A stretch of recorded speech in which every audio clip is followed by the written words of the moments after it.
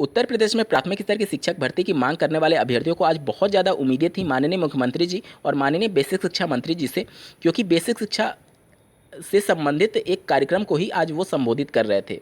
लेकिन आज अभ्यर्थियों को बहुत ज़्यादा निराशा लगी है। अब इन सब के बाद से विश्लेषण करना जरूरी हो गया है कि अब इस वर्ष शिक्षक भर्ती की क्या कुछ संभावनाएं हैं, या फिर अगर शिक्षक भर्ती होगी तो कब तक इसका विज्ञापन जारी होगा। इस सब के बारे में डिटेल में चर्चा करेंगे। साथ ही पीएनपी के द्वारा जूनियर एडेड भर्ती परीक्षा का आयोजन कब किया जाएगा, यूपी टेट 2020 की परीक्षा कब होगी, डीएलएड 2019 बैच के तृतीय सेमेस्टर प्रमोट और चतुर्थ सेमेस्टर की परीक्षा पर क्या कुछ चल रहा है, और बैक प्रशिक्षुओं की परीक्षा कब तक आयोजित होगी। साथ ही स्क्रूटनी के रिजल्ट की घोषणा पीएनपी के द्वारा कब की जाएगी, इन सब के बारे में पीएनपी के द्वारा कुछ सूचना प्राप्त हुई है जिसे आपको जानना बेहद जरूरी है। अंत तक जरूर बने रहेगा इस वीडियो के साथ बिना किसी पार्ट को स्किप किए हुए। नमस्कार दोस्तों, मेरा नाम है नीरज और आप देख रहे हैं करियर बिट यूट्यूब चैनल। अगर आप इस चैनल पहली बार विजिट कर रहे हैं तो इसको सब्सक्राइब करते हुए बेल आइकन को प्रेस करना ना भूलें।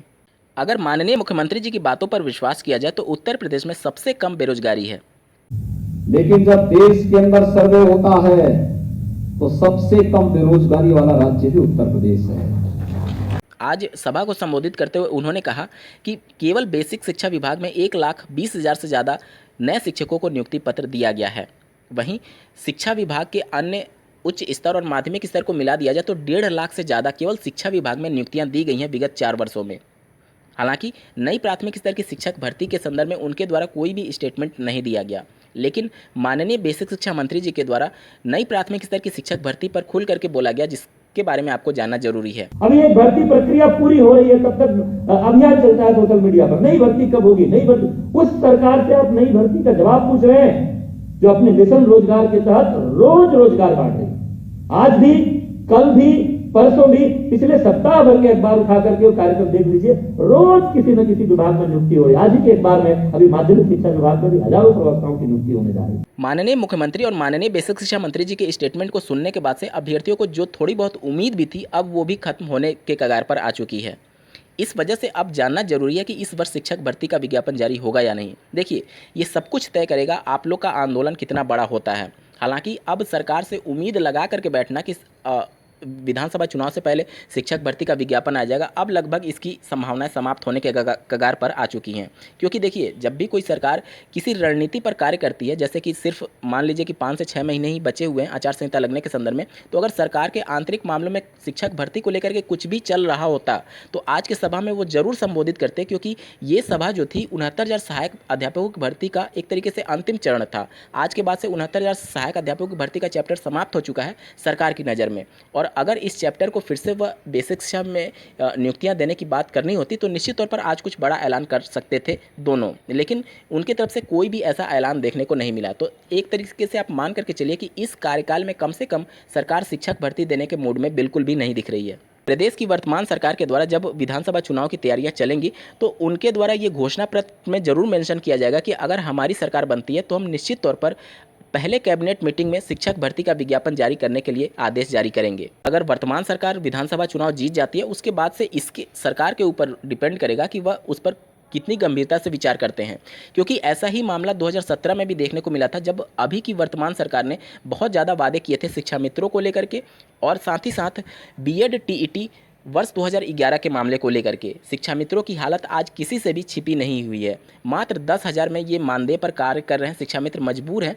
लेकिन अगर इसके दूसरे पहलू पर विचार करें और अगर वर्तमान सरकार बदल गई और दूसरी सरकार आ जाती है सत्ता में, तो फिर उस कंडीशन में भी शिक्षक भर्ती बहुत जल्दी आने की उम्मीदें बहुत ही कम रहेंगी। क्योंकि देखिए, मार्च अप्रैल में तो आपका चुनाव चलेगा, उसके बाद से मान लीजिए कि अप्रैल लास्ट या फिर मई मिड तक भी अगर रिजल्ट की घोषणा हो जाती है तो सरकार बनते बनते और मंत्रिमंडल का विभाजन करते करते यहाँ पर कम से कम 1 महीने का वक्त बीत जाता है। मतलब कि मई 2022 का वक्त आ चुका होगा। से प्रदेश की भविष्य की तत्कालीन सरकार कितना गंभीर होगी शिक्षक भर्ती को लेकर के, और अगर मान लीजिए प्रदेश की सरकार मई के बाद 2022 में भर्तियों की तैयारी करना शुरू भी कर देती है तो भी वर्ष 2022 में शिक्षक भर्ती हो पाना थोड़ा मुश्किल ही होगा। क्योंकि देखिए, उस समय के बाद से तैयारियां करने में कम से कम 2 से 3 महीने का वक्त सरकार को चाहिए होता है। उसके बाद से फिर यूपी टेट की परीक्षा की मांग होने लगेगी, जिनका यूपी टेट क्वालिफाई नहीं होगा। उसके बाद से आप देखेंगे कि नवंबर दिसंबर में यूपी टेट की परीक्षा आयोजित कराई जाती रहेगी, और उसके बाद से वर्ष 2022 ऐसे ही निकल जाएगा और शिक्षक भर्ती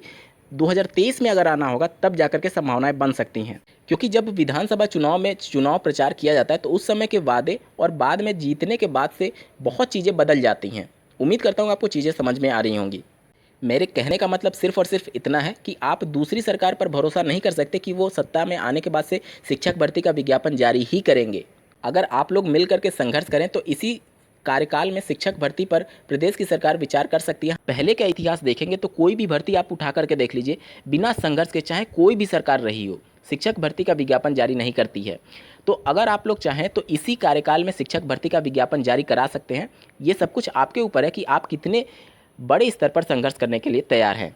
जूनियर एडेड भर्ती परीक्षा पूरी तरीके से यूपी टेट पर निर्भर दिख रही है, क्योंकि दोनों परीक्षाएं एक ही संस्था पीएनपी के द्वारा आयोजित होने वाली हैं और दोनों परीक्षाओं को अभी मंजूरी नहीं मिली है। अगर प्रदेश सरकार के द्वारा जूनियर एडेड भर्ती परीक्षा को मंजूरी दे दी जाती है और उसका परीक्षा तिथि की घोषणा कर दी जाती है, फिर अभ्यर्थी लगातार वैसे ही सरकार पर और पीएनपी पर सवाल उठा रहे हैं कि पीएनपी जानबूझ करके यूपी टेट को डिले करा रही है। और अगर जूनियर एडेड का भर्ती तिथि परीक्षा घोषित कर दिया जाए तो फिर ये अभ्यर्थी और ज़्यादा दबाव बनाने लगेंगे कि जब दोनों एक ही संस्था करा रही है तो यूपी टेट को मंजूरी क्यों नहीं मिल पा रही है। इस वजह से दोनों परीक्षाओं को एक तरीके से डिले कराया जा रहा है। और यूपी टेट को डिले कराने का अभी का जो पीएनपी की तरफ से सूचना प्राप्त हो रही है, वो अभी डीएलएड 2021 सत्र के लिए एडमिशन प्रोसेस के तहत आवेदन लिए जा रहे हैं, जो कि 10 अगस्त 2021 तक चलने वाले हैं। और जैसा कि आपको ज्ञात होगा, उसी वेबसाइट पर यूपी टेट के लिए भी आवेदन लिए जाते हैं। साइट बहुत ज़्यादा क्रैश होती है। आप लोग पहले यूपी टेट के संदर्भ में आवेदन किए होंगे या फिर डीएलएड में, तो आपको पता होगा, जिसकी वजह से यूपी टेट को होल्ड कराया गया है। और पीएनपी की तरफ से ये बातें निकल कर के आ रही हैं कि 10 अगस्त के बाद ही जब आवेदन प्रोसेस कंप्लीट हो जाएगा डीएलएड का, उसके बाद यूपी टेट की नोटिफिकेशन पर विचार किया जाएगा और उसके बाद नोटिफिकेशन जारी होगी, फिर आवेदन लिए जाएंगे और उसी समय जूनियर एडेड भर्ती परीक्षा पर भी निर्णय आ सकता है। अगर बात की जाए कि जूनियर एडेड भर्ती परीक्षा कब तक होगी, तो देखिए दोस्तों, यूपी टेट में अभी आवेदन लिया जाना बाकी है, सब कुछ प्रोसेस बाकी है। और जूनियर एडेड भर्ती परीक्षा के शासनादेश में भी मेंशन था कि कभी भी होगी तो जूनियर एडेड भर्ती परीक्षा पहले ही होगी। तो बहुत ज़्यादा चांसेस रहेंगे कि सितंबर लास्ट तक या फिर अक्टूबर फर्स्ट वीक तक आपकी जूनियर एडेड भर्ती परीक्षा पीएनपी कंडक्ट करा लेगी। वहीं बात करें यूपी टेट के संदर्भ में, तो अभी पीएनपी पहले ये प्रतिबद्धता जाहिर कर रही थी कि सितंबर लास्ट में यूपी टेट की परीक्षा होगी, लेकिन अब वो संभव नहीं दिख रहा है। अक्टूबर में ही आपकी यूपी टेट की परीक्षा जा सकती है। बात करें डीएलएड 2019 बैच के तृतीय सेमेस्टर प्रमोट मुद्दे के संदर्भ में, तो जैसा कि आपको ज्ञात होगा, पीएनपी की तरफ से 2 हफ्ते का वक्त मांगा गया था शासनादेश जारी होने और नोटिफिकेशन जारी करने के क्रम में, लेकिन आज 13वां दिन है और अभी तक कोई भी इसके संदर्भ में एक तरीके से ना तो नोटिफिकेशन जारी हुआ और ना ही अंतिम रूप से फैसला लिया जा सका है पीएनपी और एससीईआरटी के माध्यम से। तो अभ्यर्थी बहुत ज़्यादा उलझन में है कि आखिर पीएनपी और एससीईआरटी में चल क्या रहा है प्रमोट मुद्दे को लेकर के। और अभी तक पीएनपी स्पष्ट यही कह रही है कि हम शासनादेश का वेट कर रहे हैं। 19 बैच के चतुर्थ सेमेस्टर परीक्षा की बात की जाए तो पहले ये अगस्त लास्ट वीक में प्रस्तावित था, लेकिन अब ये परीक्षाएं मिड सितंबर में होना प्रस्तावित पीएनपी के द्वारा बताया जा रहा है। क्योंकि अगर 20 अगस्त तक सभी जिलों में इंटर्नशिप पूर्ण हो भी जाती है, तब भी कम से कम 20 से 25 दिन का वक्त पीएनपी को चाहिए होता है परीक्षा के लिए आवेदन फॉर्म सबमिट कराना और उसके बाद से परीक्षा कंडक्ट कराने में। वहीं सभी सेमेस्टर की बैक पेपर परीक्षाओं की बात की जाए तो पीएनपी की तरफ से प्राप्त सूचना के अनुसार चतुर्थ सेमेस्टर जब 19 बैच का कंडक्ट हो रहा होगा सितंबर मिड में, तभी आपकी बैक पेपर की परीक्षाओं का भी आयोजन पीएनपी के द्वारा किया जाएगा। तो आप सभी मिड सितंबर तक मान करके चलें, आपके बैक पेपर की परीक्षा आयोजित की जाएगी। वहीं स्क्रूटनी रिजल्ट के संदर्भ में आज पीएनपी सचिव को अभ्यर्थियों के द्वारा फ़ोन कॉल से सूचना प्राप्त की गई है, जहाँ पर पीएनपी सचिव ने ये कहा है कि अभी 1 हफ्ते और समय लगेगा स्क्रूटनी के रिजल्ट की घोषणा होने में। ये सेकंड सेमेस्टर स्क्रूटनी के साथ साथ प्रथम सेमेस्टर से लेकर के चतुर्थ सेमेस्टर के स्क्रूटनी के रिजल्ट, जो कि फरवरी में रिजल्ट घोषित हुआ था, उसका 1 हफ्ते बाद स्क्रूटनी रिजल्ट घोषित कर दिया जाएगा। तो दोस्तों, ये थी आज की कुछ प्रमुख खबरें। ऐसे ही महत्वपूर्ण अपडेट्स के लिए इस चैनल को सब्सक्राइब करना ना भूलें। इस वीडियो को देखने के लिए आपका बहुत बहुत धन्यवाद। भगवान करे आपका दिन शुभ हो।